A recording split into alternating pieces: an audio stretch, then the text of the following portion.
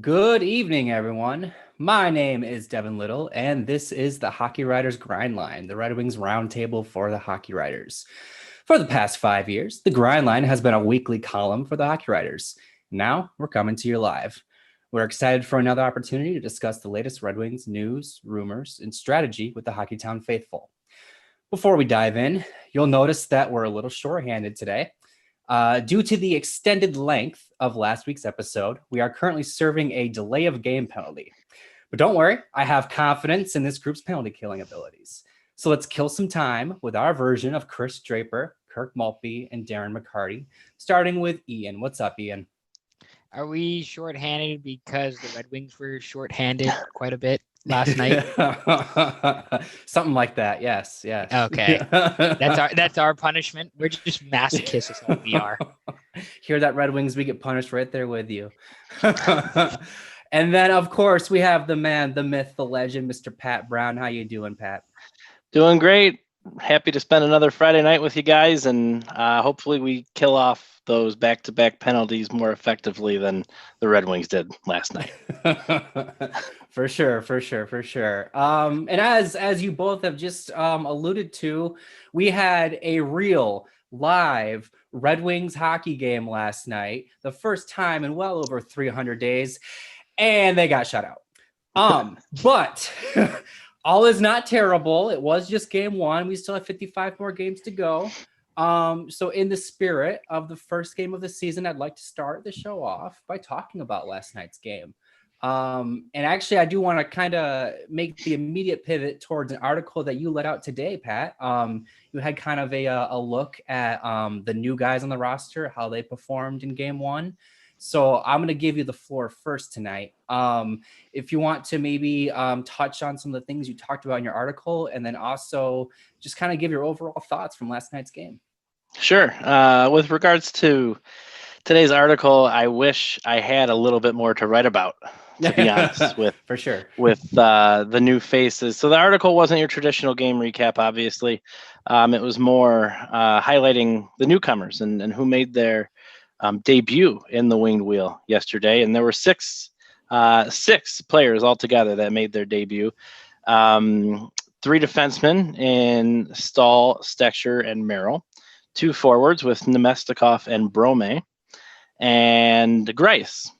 And I would say the last two that I listed were the only ones that really had much to write home about. Obviously, anybody who watched the game yesterday, Grice stood on his head. 40 saves out of 42 shots on goal. Obviously, there was an empty netter there at the very end as well. But the only reason the Red Wings with 14 shots on goal the entire game, the only reason they were in that until 2 minutes left in that third period was because of Thomas Grice. So a great debut for him. I was joking with my brother. If Howie were in net, it probably would have been 8-0, 9-0. No disrespect, Jimmy. We love you. But it's nice to know that, we're not sure. Obviously, we don't know how Bernier is going to perform this year, but Grice was solid out of the gate. And then even though there was no scoring and very little offensive production, I thought Matthias Bromey, and I've seen a lot of chatter kind of to the same effect, was really impressive. Really impressive for a third line forward, I should say. I don't think he made a case to knock Bertuzzi down the line too just yet. But he showed a lot of speed. He showed a lot of strength circling the net. He was behind the net, wrapped around and fired one right off the crossbar that kind of gave Detroit a little life. And almost even the game in the first period. So really liked what I saw out of him. I think he really only had a chance because Helm is still out. But I hope to see more of Bromey. Everyone else. You just want to see more. Yeah, more not a whole lot to say. The defense was fine, right? Merrill took a penalty, but they killed it off. And from a forward perspective, it was scoring line one that was on the ice. I think they were combined -3 or something to that effect. So regardless, not a great season opener.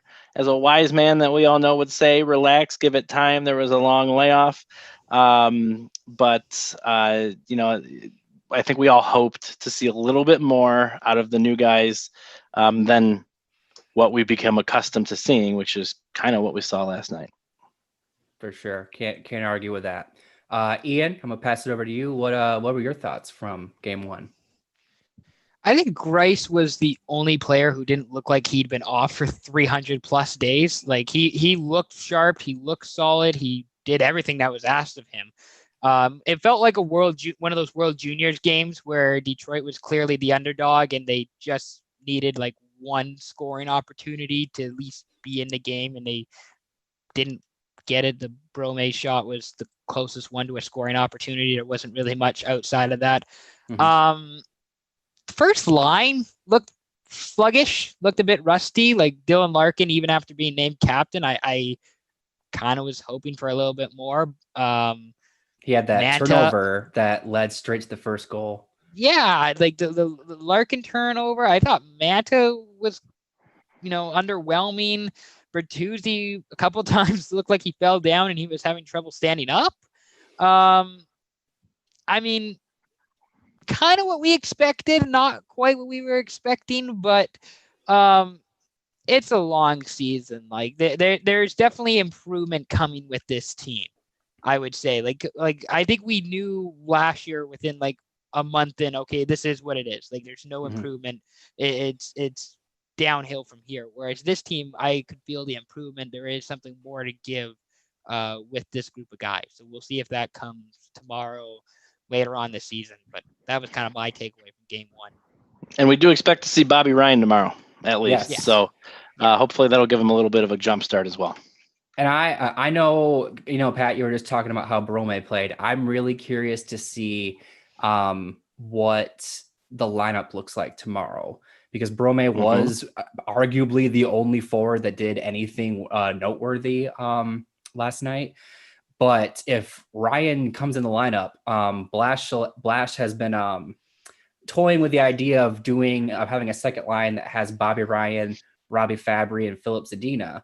And then the third line being Nemesnikov, Filppula, and Sam Gagner. So then where does that put Bromey? I don't think his talents are best served on the fourth line. We go back to that optimization that I've been talking about more than once now. I think that Bromey's earned another game on the third line. So I'm very curious to see where Bobby Ryan factors in, since you bring that up. And now, obviously now, not just us, but the team themselves are going to want to put game one in the rearview mirror, learn from it, work harder, realize that, it's going to be not a long, but they still got some work to do. But game two, it's tomorrow. Same opponent, same arena, same situation. But now you've gotten a taste of actual NHL hockey. So I guess I just want to quickly pass around to both of you. What are you guys looking for in game two? Ian, we'll start with you this time. Fewer giveaways. Like there was just so many times last night where it's just like they made either a bad, breakout pass or a silly, neutral zone pass, or just be smarter with the puck. And I get that it's game one and there was rust and you're still just trying to put it all together and you're trying to figure it all out. Just some higher IQ plays, some fewer giveaways. That's kind of what I'm looking forward to or hoping for anyways in game two. But that was what really stood out to me, was just some bad passes, not smart plays. For sure. Pat, what about you? I seem to be having some activity. You guys hear me okay? You've got some robotics going on, yes. Yeah. Yeah, I seem to be having some connectivity issues. Can you hear me now? You're good. Yeah, you're good. Yeah, I don't know what happened, Ian. While you were talking, it kind of went into scatter mode. So sorry about that, guys. But no worries. For me, I think what we look for tomorrow out of game two is capitalizing on those chances. Surprisingly, if you look back to game one, even though they were horribly outshot, through 2 periods, they weren't outchanced. Quality scoring chances weren't as the disparity wasn't there as much as the shots. Mhm. Hronek had a monster opportunity on the power play with what was a wide open net, and he let her rip, which I like to see, but I didn't see where it went, but it seems like it missed pretty badly. Those are the types of opportunities that if you connect there and it's a 1-1 game, then it's anybody's game. Maybe you sneak into overtime, maybe you steal one in a shootout, the way Grice was playing. So everybody's overstated how important each and every game is in a shortened season, but I think taking some encouragement out of yesterday, connect on your opportunities. Ian, like you said, do not turn the puck over as much, and just make the most out of the chances that you have. And if you can do that and you count on your veteran players to do that, they'll have a chance. For sure. As for myself, I just, we know Peter Mrazek around here. We've seen him play once or twice. He's a good goaltender, but he's not Andrei Vasilevsky. He's not Connor Hellebuck. If you test him enough, he's going to let some in. But if you only shoot 14 at him, I mean, as he displayed, he could stop them. My biggest hair pulling thing from last night was that once again, they look like they're trying to find the perfect play. And this team is not going to find that unless they have the man advantage. And even then, they've shown they can't even do it with that. So I just want to see them get some freaking shots on net and, crash the net, get some rebounds, make Mrazek work. If he's going to get a shutout, fine, but have it not be a 14 save shutout. That's just, you can do better. I was I was more than a little disappointed in just the overall output of offense, given how badly this team needs to turn the page from last season. I was gonna say, Devin, there's a few times Hronek on the power play where it looked like he was just looking for the slap pass. And he was looking to try and he was trying to set that up a few times. It's just I get what you're trying to do. I see what you're seeing. Just don't be afraid to take a wrister on net and just hope a funny bounce gets in too. Because Carolina, I'm sure after the third or fourth time they saw that slap pass, okay, he's looking for Larkin in the corner. He's looking for X guy in the corner. You when you do that once or twice, okay, it's a little creative, but after 3 or 4 times, it becomes routine and it just isn't different anymore. And Carolina is a really good team and they can pick up on those things. You're exactly right. So yeah, and also I just want to see them build some confidence heading into Columbus on Monday. You can head into Columbus being 0-2. That's fine, but you don't want to head into Columbus with only 30 shots through your first 2 games. That's not going to work. All right, we're gonna move on ahead now. Obviously, we're here on the Grind Line, and like we always do, we had a Grind Line article come out earlier this week. And, obviously we got off to a little bit of a bad start, but on this Grind Line article, we detailed our expectations for the season. We talked about the season record. We talked about where we thought the team was going to draft. And we're not going to talk about everything in this article. So I highly encourage you to go check out the full extent of that article over at thehockeywriters.com. Shameless plug. But I do want to quickly go around the room and I guess maybe not give your overall record if you don't remember what it was, but just what you're predicting out of the Red Wings this season. Ian, we'll start with you. I had them finishing 7th. I don't see them finishing last in their division. Partially just because I think Chicago has quite a few issues that are going to hinder them, and Detroit might be the beneficiary of that. I have them finishing 7th. I think I had them getting 48 points, I think it was this season. They're not quite going to be a 500 level team. They're going to be a bit below 500, but this division is so wacky that who knows what can happen with playing Nashville a whole bunch, playing Columbus a whole bunch, playing Florida a whole bunch. Anything's possible, but I got them finishing 7th, just below 500. For sure. Pat, what about you? Yeah, so I, even on the optimistic side, had them eking into 6th. But Ian, to be fair, I think 7th is a much more realistic. And do we call it a goal? I don't know. Yeah. I, especially. I mean, I do have them finishing ahead of Chicago, especially with some of the stuff that they've had to deal with early on this season, in addition to kind of jumping into rebuilding mode. So I've got them very middle of the back. We're in a very difficult division. That did not stack out the way playoff Pat hoped when the divisions were assigned. So that said, I wish I could be an optimist and say, well, we finished next to last in the division, a couple spots back in the league. At this point, I think we've all learned as Red Wings fans, do not count on the draft lottery. And I see us probably sliding down to 8th or 9th in the draft lottery. And I mentioned Swedish goaltending prospect Jesper Wallstedt, who he's been picking up some steam, and would be happy to see the Red Wings potentially draft him and see if that could be the goalie of the future. Getting ahead of ourselves a little bit, but I just don't see us creeping up and picking high in the draft where we're going to get a lottery pick. I see us picking 8, 9, somewhere around there. For sure. I'm pretty sure I agreed with both of you guys in that they're going to finish 7th. I think it's going to be a dog fight. I don't know if you want to call it that, but for that last spot between Detroit and Chicago. I mean, I care, but I don't really care what the Wings pick this year, as long as Chicago doesn't pick ahead of them. That's literally all I care about.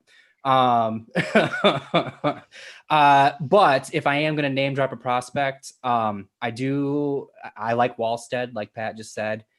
If they're in a range to where that's not a reach, I'm all aboard that. Would love to have a goalie in the system that you point at and go, that could be the guy. But I also like, besides Owen Power, but I think he'll be kind of in the top 3. I like Carson Lambos. He was in, I think I want to say he plays in the WHL, which obviously the CHL as a whole is kind of still figuring out what they want to do with this season. I liked him last year. I think he's got good upside. He's kind of been projected somewhere in the top 10. So I guess long story short, I like something on the defensive side coming out of this year's draft, whether it's an actual defenseman or a goaltender. All right. So this is good. We're at about the halfway mark of what we want to cover today. So with that in mind, we want to thank you for joining us if you're with us live, and we want to thank you for watching us if you're not watching live. We would love it if you could drop a like. We would love it if you could subscribe to the Hockey Writers on YouTube, where you can watch videos with the Blackhawks team over at Blackhawks Banter. You can, of course, stay up to date with our videos, and you can watch the regular Hockey Writers live show. We just had John Buccigross on the show, which was huge. Very good show. If you haven't watched that, please do. I mean, come on, it's the Booch. Come on. And then also just a little plug for the three of us. We have a lot of fun on air, but we also have a lot of fun on Twitter. So follow us on Twitter. We share our content on there, and we share our thoughts. And honestly, it's a good place to be. I like to bring my paint bucket out there. If these guys know what I'm talking about. All right, so moving on. Patrick, I've been talking about your articles more than once today. You also released recently an article detailing the 11-7 roster setup. For those of you who don't know what that means, usually, the typical lineup includes 12 forwards and 6 defensemen. Kind of recently, it's become kind of in vogue to use 11 forwards and 7 defensemen. That's what the 11-7 we're talking about here is. So Pat, I kind of want to ask you, give our viewers kind of a brief overview of what your thoughts were with that article. And then also I read the article. I know who you have in mind, but share who you have in mind that makes this 11-7 kind of a smart idea. Sure. Well, I think, right out of the gate, turns out people feel pretty strongly about this one way or the other, which surprised me a little bit. And I'm glad I'm not. And Devin, you should talk about this in a minute. Vegas throwing out a 13-5. Wow. So anyways, in terms of the 11-7 alignment, if you will, I feel like, especially given taxi squad options and things like that, where there's a little more versatility, as yesterday demonstrated, the Red Wings could use potentially a little more defense out there. Potentially. And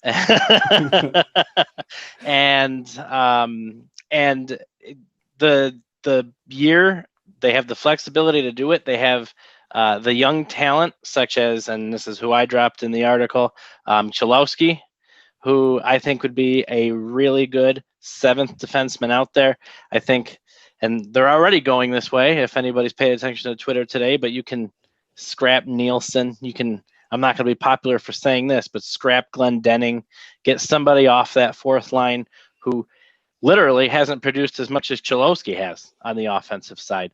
For those watching who may not be overly familiar with the alignment, a couple of things. This beat the Red Wings. John Cooper beat the Red Wings with this just a few years ago in the playoffs, back in that 7-game series when we had a chance. Don't get me started on Game 7 and Cronwall not playing, but that's a whole nother thing. And the league has slowly come around to it. Some drawbacks to it? Depth, obviously. And do the Red Wings really have the depth to pull something like this off? I'm going to say yes, just because I wrote the article. But being a realist, it's something that I don't think there's much downside this year to the Wings doing it. There's not a whole lot expected. It'll give, everybody kind of agrees, this year for Cholowski is a do or die year, right? No, maybe not do or die. Maybe I'm being a little dramatic, but everybody expects to see him take that next step. And getting him out there in an offensive mindset, limiting his defensive liability in the process, getting him some real good power play looks, I think is the right time to do that. Now, what do you do on the fourth line? Do you double shift someone? Do you stick Cholowski in on the fourth line? That's up to Blashill, obviously, but I at least think the look is trendy enough. I think the look is effective enough, and I don't think the Red Wings have anything to lose. And I don't think by pulling a fourth line forward out of their rotation, they're losing much at all. Now, I do want to give a shout out to someone who commented on the article. I think he raised a really good point with the taxi squad. Why are you putting a seventh defenseman in there when you could be pulling a Rasmussen out of the taxi squad or something like that? And I think that that holds a lot of water. But this isn't a permanent alignment either. I think you are going to be trying different things throughout the course of this shortened season to jumpstart any way you can. And I think it's worth a look. I gotta say, if you're not gonna back yourself up, who will? Ian, what are your thoughts on this particular topic?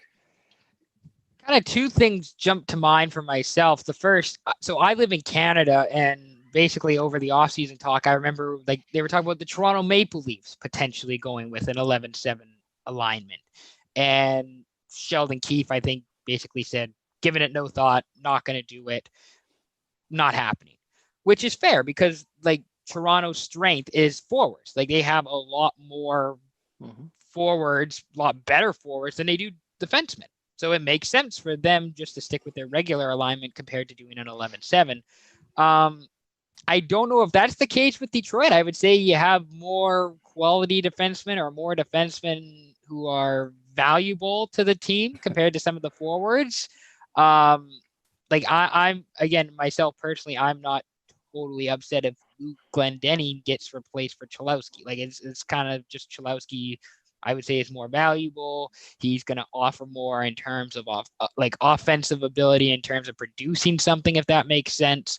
The second thing that comes to mind is this season's not officially, but it's essentially a write-off. This season, you can try new things, see something, that you might like and go with it, or do something different. You don't have to be grounded to anything this year. during a time when you're rebuilding in the middle of a pandemic, when there's no fans, why not? You're not really risking a whole, like there's a, little risk, high reward for something like this and trying something like this. So I'm in agreement with Pat where I'd like to see them try it. I'd like to see them go with it and see if it works. Good article, Pat, by the way. Nice work. So those are kind of the two things that really jump out to my mind with that. And maybe roll it out against a team that takes a lot of penalties. For sure. Yeah. For sure. So I just want to say, at least for my 2 cents, if there's ever a player that the Red Wings currently have that is suited for, it is Dennis Cholowski. The player that comes to mind, at least for me, when I think of Cholowski, is Brendan Smith. Brendan Smith was a first-round pick back in 2007. He was touted for his offense on the blue line.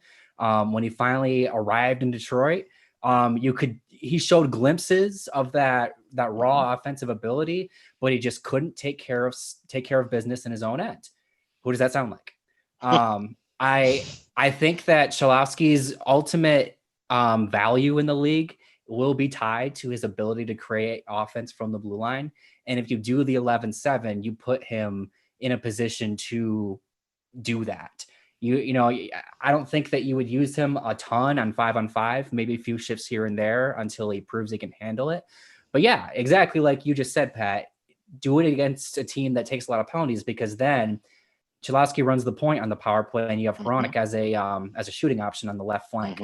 That's where you get Cholowski in. That's so yeah, especially and then like Ian said, this is the year to experiment with things. So if you're going to do something crazy like that, why not now? All right, and then before we move on to the next topic, I got 2 things real quick. One, like you briefly alluded to, Pat, Vegas trots out the Galaxy Brain 13-5 roster lineup. Now, the reason why they're doing that has a lot to do with their salary cap issues, and they have a player in Keegan Colasar who they didn't want to pass through waivers. They felt like he would have been picked up, so they kind of got pigeonholed into doing this. But I call it Galaxy Brain, but Vegas has the forward talent and the defensive talent to do that. So I guess real quick, just kind of impressions from both of you. How do you feel about 13-5? Pat, you go first. I'll try anything once. Yeah, for sure. Look, again, and much like 11-7 on the flip side, where you're taking away a forward, you need to have the depth. The Vegas has the depth. Yep. Furthermore, it'd be nice to have a Selke candidate or two. Yep. You certainly want to have those at least on your lower lines, those defensive-minded forwards, to make sure that you're taking care of business in your own end, you're getting the puck out properly, and things like that. But I am certainly open to the idea. I think it makes for a fast, open pace of play. But I think the Red Wings are a year or two away from being able to pull something like that off. For sure. Ian, what do you think? Yeah, they're not close. It's not the same level. And the funny part with Vegas is that I know they added Pietrangelo, but they got rid of Nate Schmidt. And they're like, yeah, we're just going to go with one less defenseman. Like, they just didn't replace him entirely. They're just like, yeah, you're gone, and we're just going to go with one less defenseman, which is really interesting. And it just gives me another reason to watch Vegas this season to see how that actually works, because that's pretty amazing to see them. And they're kind of like Detroit in the same way, where it's like, why not? Why in this season? Why not? Who's It's not the end of the world if you try something like this and it doesn't work out. Yep. I know Vegas is in win now mode, but they still got time. And to their head coach Pete DeBoer's credit, he kept the 5 defensemen's ice time pretty close. Like there was only like a minute or two disparity between the most used guy and the least used guy. So everyone was getting a healthy dose of ice time. All right, now pivoting away, it's come to my attention that we actually have a question on YouTube, and I'd like to quickly get some answers from you guys. The answer or the question reads, Detroit looked out of position a lot last night. Is it because of rust or is it because of coaching? Real quick, Ian, I'll start with you. What are your thoughts? My instincts go to rust. I want to say that's just rust and kind of getting back into the flow of things. And Carolina is a team that's really going to outwork you and really going to outpace you. Like Carolina was not a great matchup to begin with, just because those guys are workhorses, and Detroit was going to be a little bit slow in a normal circumstance against Detroit. Never mind having almost a year off. So I'm going to say it's mostly at least 75% Russ. For sure. What about you, Pat? Break out the WD-40. They were rusty. Yeah. You think about it's not all doom and gloom like what we let off with. Carolina, a playoff team. They were in the bubble, and they're a playoff caliber team right out of the gate. The Red Wings are not, and they were not in the bubble. It had been 310 days since they last played, and you got a bunch of new faces, especially on the blue line. Half of your defensemen still getting to know each other out there, as they said in Miracle back in the day. So I definitely think it's rust. Not that, I think that first goal on the giveaway from Larkin, if you look at Nino's goal, he came in off the bench. Nobody picked him up. Yeah. So the Red Wings weren't even on that play. While it was ugly and somebody should have been aware, they weren't necessarily completely out of position there because Nino came off the bench and nobody picked him up. That comes with time. That comes with gelling with your teammates. And also that was just kind of a broken play with a good play by Aho to knock that puck down that Larkin tried to get out, and they turned it the other way. So I agree with Ian. I'd say 75% rust. Not that we have the most solid blue line presence out there, but I think as the year wears on, players are going to know their role. They're going to fill their gaps, and you'll see a much more organized team out there. They look like they were also struggling to communicate a little bit with Greiss. It looked like a few times, like a guy was like, "Oh, you're going to pass it right now." I was expecting him behind the net, but I mean that just comes with time and practice. And who would have thought with the extra 3 days of training camp that Detroit had that they aren't prepared? I thought they would have been all over that. And, credit where credit is due. My last thoughts on this. Credit Carolina's forecheck. Yeah. They created a lot of chaos. They created some of that confusion. Whereas maybe if we're a month in, there's not as much confusion because the team has played with each other long enough at this point. But right out of the gate, Carolina's forecheck was aggressive. They generated a lot of offense, a lot of turnovers, and they caused a lot of that confusion. So I don't think it's a reflection of the coaching at this point in time. At this point in time, if we start out 1-9, we might be having a different discussion. Yeah, for sure. I think that you're going to need possibly a couple more weeks before you really start to get a good idea of where this team's at. Like you both have said, they're just it's all brand new, not even just their teammates, but just the situation they're in. Carolina's played with no fans before. Detroit has not. There's just a lot of new things going on, and they had to get a team ready for a regular season game real quick, and you could tell. But yeah, like you guys have said, I'm not ready to write it off just based off of one game. So shout out to the question. Cheers. Yeah. Thanks for the question. Yeah, thank you. see, submit your questions. We love answering them. So next article, we've talked about a couple of Pats. Now I want to talk about one of Ian's. Or actually, I want to talk about two articles technically, but it was kind of one topic. It was one topic, 5,000 words. I put a lot of effort into it. Yeah, did you shake out the hands, Ian? Have you recovered yet? Yeah, not a big deal. 5,000 words. Anyways, so what Ian wrote 5,000 words about is the best case and worst case scenarios for the Red Wings forwards, defense, and goaltenders. Basically, everyone who could feasibly be on the roster this year. First, I want to lend it over to you, Ian, to kind of give a basic rundown on your thoughts on your work. And then also, is there somebody that maybe you want to highlight that you'd like to talk about? Devin, my work is great as always. Just ask the hockey writers. No, Top notch. top notch. No, I basically just went through guys who I thought had an opportunity or a greater chance of making this roster this season, and highlighting what their best case would be for them this season, or what their worst case would be this season. Bromey completely shattered anything I said. I did not think he was good. And this is just one game, so we're not, trying to do too many overreactions, but definitely outplayed what I thought he was, going to look like in the first game. I think it was you, Devin, who messaged me about Adam Ernie, and I think I said if I only got one more point and one less plus minus, I would be happy with that. I would call that mint. And that's essentially what it got down to for some guys. And some guys, it was really just, AHLers who might have a good year with Grand Rapids, and in the worst case, they don't, and they're just free agents after this year, and you can go from there.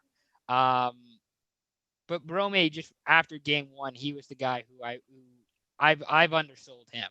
Now it's only one game, so I know we're not trying to have too many, overreactions, but I definitely undersold him. But you should still go check it out. Go read Please it. do. It's great. Please it's do. Great. Pat, what do you think of Ian's work? Well, first of all, impeccable. Impeccable for starters. That said, Ian, I also think you're selling yourself short. I don't think you did Bromey too much of a disservice there. Okay. I actually went back and reread it today after the performance, and it's funny how high on him we are right now after one game and 12 minutes of. There wasn't a whole lot of scouting on him, so I'm sure clearly we're a fan base that is starved for good things. Seriously, we had one great scoring opportunity from an undrafted free agent we signed in the spring, and now we are high on this guy. You got to buy him. Buy him that jersey. Pick him up in fantasy this year if you haven't already. That's how high we are on him. That's good. That's good. And it's only been one game, and he hit 14 a crossbar. That's it. He hit a crossbar.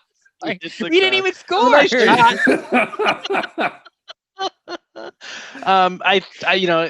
energy was there. But back to the article, articles plural. I think you're selling yourself short because you weren't too hard on him. There wasn't a lot to go off on him, and you certainly didn't write him off. So I enjoyed both. I don't have many words of wisdom to expand on it because pretty much I think you hit the nail on the head. And I think if you're watching this, you should go check it out, both of them, because they're worth your reads, and it'll give you a real good idea of what to expect as the season wears on. The nice part is that it hasn't really changed much after one game of not scoring any goals. It still could apply right now. I could publish them today, and it's still about the same. And Ian, where do viewers go to read these articles? The Hockey Writer. Hockey Writers. Go to the website. I'll post the links later, and I'll share them. Are you gonna post? You gonna post them later too? Post the links. Okay. I will post the links. You can read them. My work is great. All of our work is great, not just myself. I'm just, You're selling it a little hard now, Ian. All right. Yes, please go check out Ian's work. Go check out Pat's work. Go check out Tony's work. Just because he's not here doesn't mean you shouldn't check out his work as well. Do we think the result would have been the same if Tony was starting for the Red Wings yesterday? Oh boy. Oh boy. I don't have his advanced stats in front of me. So I'm not in a position to make that call. What is his goals saved above average? I'm not I'll tell you, the result would have been better, not necessarily than yesterday, but with Tony in net, the result still would have been better than if Jimmy Howard had played. So how about that? There you go.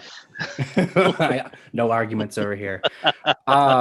So, to wrap up this hectic show of ours, I would like to go around and gather everyone's Stanley Cup picks. Obviously, the season's underway now, and this year's a little odd. It's not. We don't necessarily have a traditional Western Conference and Eastern Conference, and as the playoffs go along.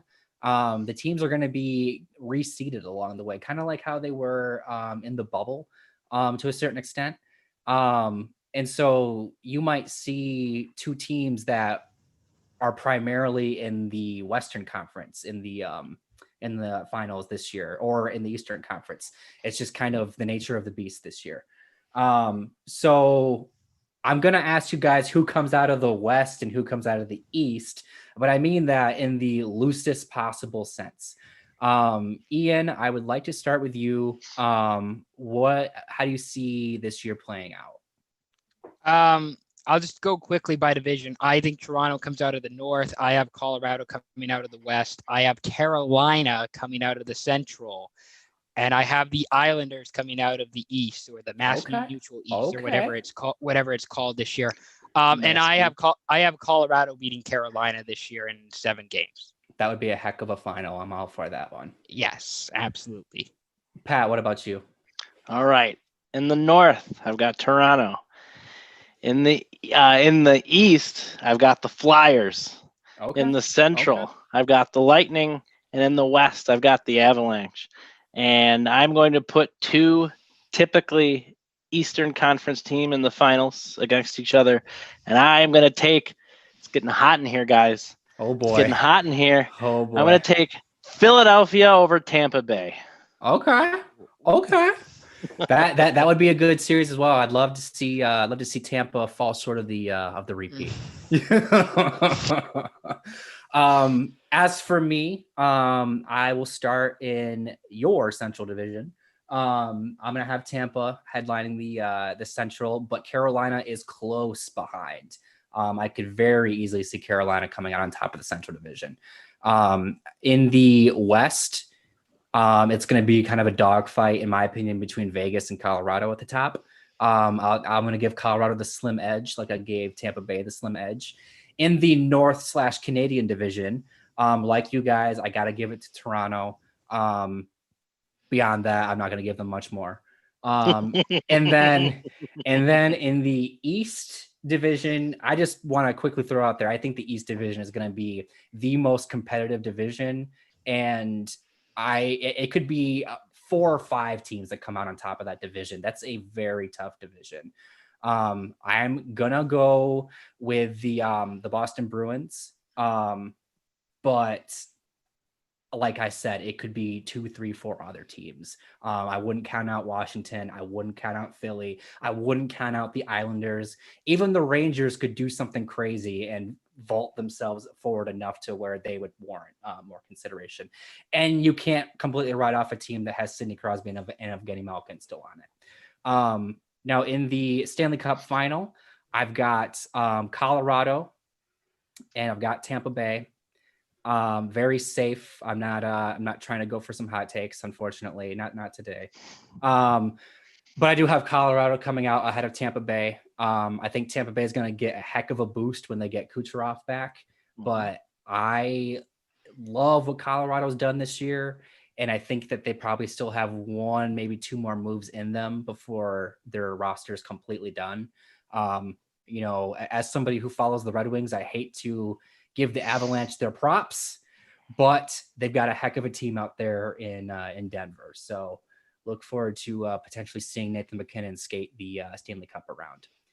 It's weird. It's weird that we all picked Colorado. Like it's going to be a dogfight in the West, but like between Vegas and Colorado, but we all took Colorado. So I guess that's how highly we speak of them. But you could see the writing on the wall in the bubble last year. I thought they played incredibly well in the bubble, and I think they're right on the precipice of begrudgingly doing very good things, and that's good. Let them peak before we're good, so we don't even have to deal with any of that.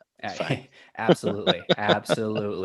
Although there is this like this part of me that would die to see a Red Wings Colorado Stanley Cup final at some point in the future. That would Could be happen.